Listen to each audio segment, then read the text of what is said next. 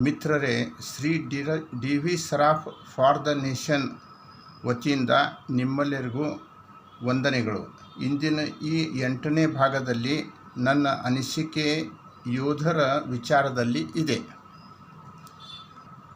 ನಮ್ಮ ಬೃಹತ್ ವಿಶಾಲವಾದ ದೇಶ ವಿಕಸಿತ ಭಾರತದ ದಿಶೆಯಲ್ಲಿ ಮುಂದೆ ಸಾಗಿದೆ.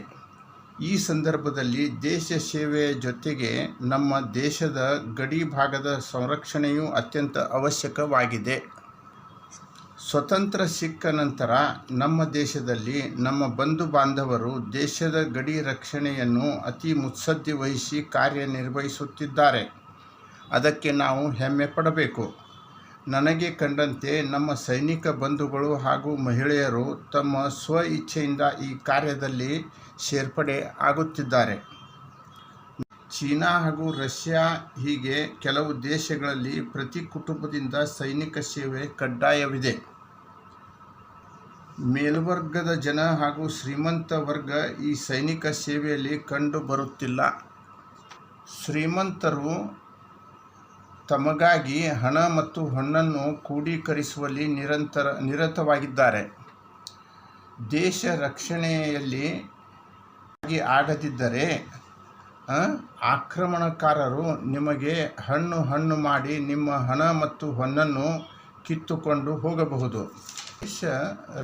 ದೇಶ ಸುರಕ್ಷಿತವಿದ್ದರೆ ನಿಮ್ಮ ಸಂಪತ್ತು ಹಾಗೂ ನೀವು ಸುರಕ್ಷಿತವಾಗಿ ಇರಬಹುದು.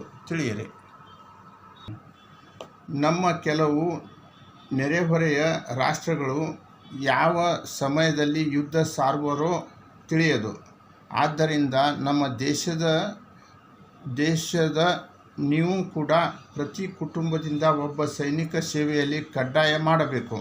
ಆದ್ದರಿಂದ ದೇಶ ಅಭಿಮಾನ ಹೆಚ್ಚಾಗುವುದು ಹಾಗೂ ಎಲ್ಲರೂ ಸಾಮರಸ್ಯದಿಂದ ನಮ್ಮ ಗಡಿಯಲ್ಲಿ ಸೇವೆ ಸಲ್ಲಿಸಿ ಭಾಗಿಯಾಗಿ ಕಾರ್ಯನಿರ್ವಹಿಸಬಹುದು.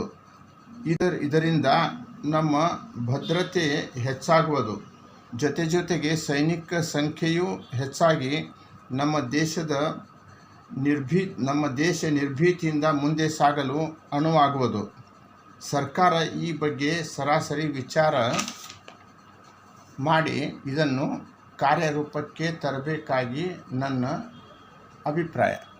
ಜವಾನ್ ಜೈ ಕಿಸಾನ್.